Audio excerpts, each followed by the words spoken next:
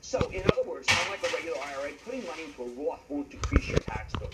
On the other hand, though, once your money is in a Roth IRA, you will never pay taxes on it again. As long as your cash remains in the account, you don't pay capital gains tax, you don't pay dividend tax, and when you withdraw it, which you can do it without penalty after the age of 59 and a half, you don't pay any income tax on your withdrawals. This is fabulous. In other words, with a Roth, you pay taxes now so that you don't have to pay any taxes, income tax 30 or 40 years from now when you're retired.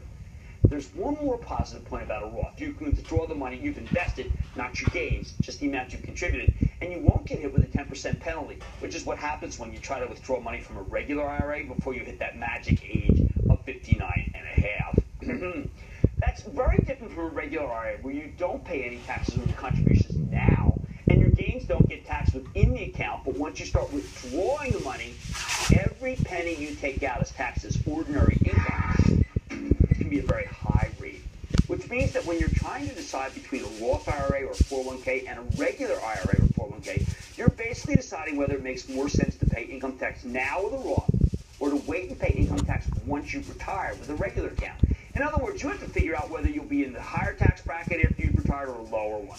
Obviously, this is a complicated question. It really has a lot to do with the specifics of your situation, your career, and simply how old you are. Let me give you a quick rule of thumb, though. For anyone whose marginal tax rate is 25% or less, which is most of America, I think you ought to go with a Roth. Better to take the hit up front than allow your Roth IRA to compound tax-free for the rest of your life.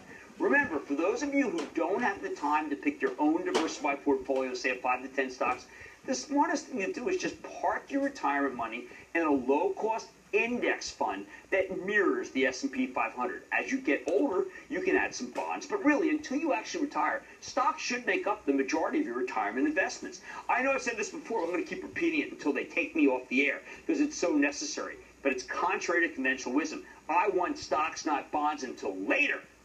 How about a Roth 401k? This works just like a Roth IRA, meaning you make contributions with after-tax income, and then you never pay taxes on that money again, except because it's a 401k plan. It has a much higher contribution limit than an IRA. For example, the government says the 401k contribution limit for 2015 is $18,000, whereas an IRA annual contributions are capped at a mere $5,500. And there's one other big difference. Unlike a Roth IRA, a Roth 401k doesn't have any kind of income cap. No matter how much money you earn, you can take advantage of one of these as long as your employer decides to give you the option. Of course, all of this depends on what you think the future is going to look like. I'll admit, if you believe the taxes are inexorably headed higher over the course of your lifetime, then a Roth 401k where you pay your taxes now and pay nothing in the future, well, that is so the way to go, even if you're making a lot of money in the present. But I think that belief's mistaken. For those of you young people who only become politically conscious under the Obama administration, it may seem like there's no way to stop the tide of higher taxes. But history says different.